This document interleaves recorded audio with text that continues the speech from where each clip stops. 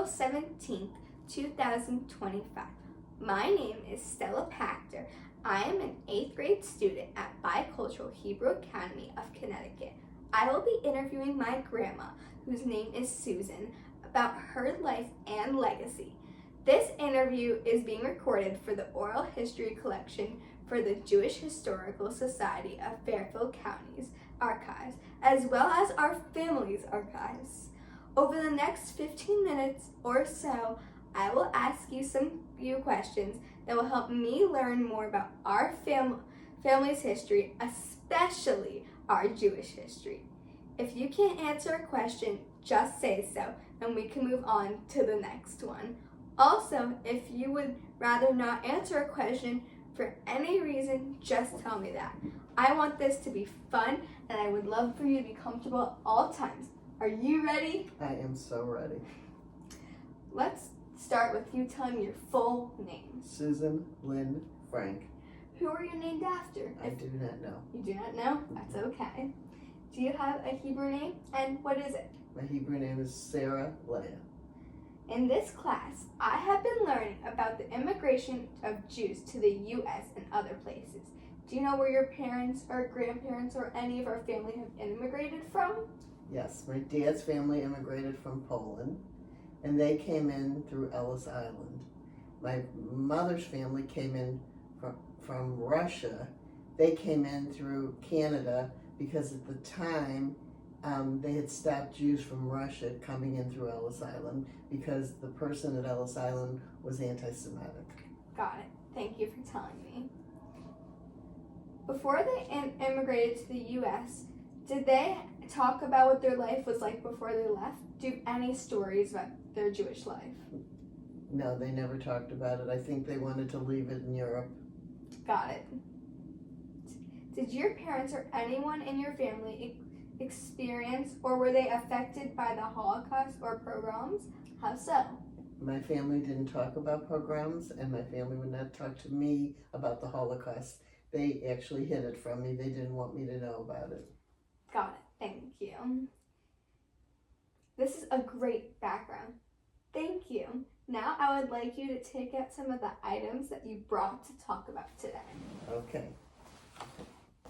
The first one is my dad's bar mitzvah. My dad was bar mitzvahed at 65 because at 13 he had to work and support the family, and he couldn't be bar mitzvahed. His father had passed away, and so he had to support his whole family in Chicago. Got it. Can you tell me how this is memorable to you? It was a wonderful day. It was at the yeshiva in St. Louis, and my dad actually had an Orthodox bar mitzvah. Got it. Okay. Thank you. Do you know where this artifact came from? Actually, my dad was one of the first adult bar mitzvahs in St. Louis. Really? I mean, yes, he was the first senior to. So they actually had the St. Louis newspaper there. Mm-hmm. They had the Jewish Light. They filmed it. It was a really big deal because he was one of the first ones at his age to have a bar mitzvah. Thank you for telling me about it. Is there any artifacts you would like to show today? Yeah, the other thing I have is my parents' ketubah when they got married. Can you tell me more about it?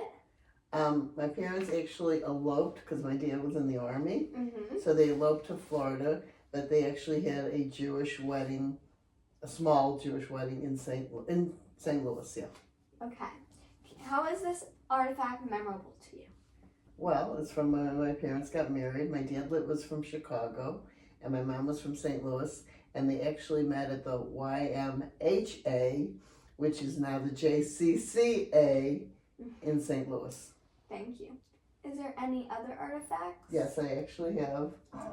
I collect menorahs, but this one is the most important to me because that was my maternal grandma's menorah. So even though I have lots of menorahs, I use this one every Hanukkah. You use that one every single Hanukkah? Every Hanukkah. This is the one I use. So it must be very special It's special because my maternal grandmother died when I was a baby. So I really never got to know her. So this is my connection. Right. Now I would like to ask you a few questions about your life growing up. Where did you grow up and who did you live with in your house? Okay. I grew up in University City, Missouri, which is a suburb of St. Louis. It was 90% Jewish. Our schools were 90% Jewish. And even though we didn't have off for Rosh Hashanah and Yom Kippur, nobody was in the school on the Jewish high holidays because it was such a Jewish school. Right. And then I grew up with my parents in a small house, 3 bedrooms, 1 bathroom, and it was a great childhood. Did you have any siblings? I have a brother, an older brother. Thank you. What was it like growing up back then? It was absolutely wonderful. There were no cell phones. There were no iPads. We had 3 channels on the TV, so you had to get up and turn the TV off and on. We played outside every day, and we had make-believe carnivals. We drove our bikes everywhere. Our parents never looked for us until it was dark, and then we had to come home. But it was a very simple, wonderful childhood. That is absolutely amazing. When you were a teenager, did you have a bat mitzvah? I did not have a bat mitzvah because St. Louis, when I was young, we had bar mitzvahs, and I went to a bar mitzvah like every week because I went to a predominantly Jewish school. Girls could go to Hebrew school, but they couldn't be bat mitzvahed. So when I was 50, I became a bat mitzvah. And how was that? It was fabulous. It was a wonderful day. It's one of the best days of my life. Can you tell me something about it? It was wonderful. I got through my Torah portion, which I was not looking forward to because it was so difficult. I made a speech. I dedicated my bat mitzvah to French children who were killed in the Holocaust. That is amazing. Do you have a favorite Jewish holiday? And if so, how is it like as a child? My favorite Jewish holiday as a child, because I was a child and children love presents, was Hanukkah. So I think Hanukkah was my favorite. That is amazing. Now I would like to talk about our family's traditions. Do you know any of your family's favorite holidays? Did they ever mention it? No, but my favorite holiday now is probably Rosh Hashanah. Why? I just love it. It's the start of a new year and apples and honey and all happy things. Yep. That is amazing. Did anyone in your family serve in the military? Yes, my father served in the Army, and he never went out of the country, but my husband served in the Army, and he went to Korea, not during the Korean War. My husband went to Korea during the Vietnam War. How did you meet my grandpa? I was at a restaurant.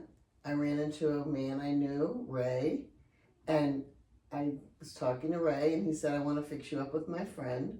I said, absolutely not. I don't want to be fixed up. He still gave Charlie, my husband, my phone number. He called me that night, and we went out, and the rest is history. That's amazing. Do you have any memories about your first date? My husband wanted to take me to a very fancy restaurant, and I wanted to go to a very casual restaurant that I happened to like.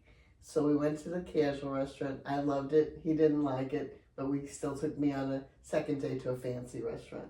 And did you enjoy it? Yes. That's amazing.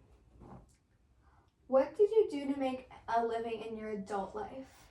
I was a special education teacher for 32 years. I mostly taught vocational skills, and 13 of the 32 years were a vocational skill teacher at the Jewish Community Center. I also taught Sunday school.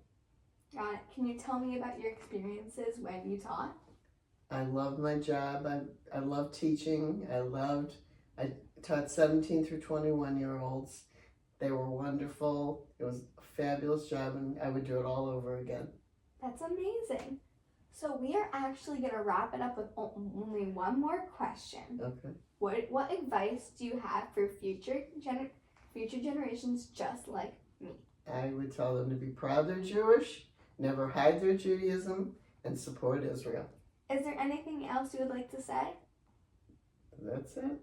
All right. Thank you so much for spending time with me on this interview. Thank you. Of course.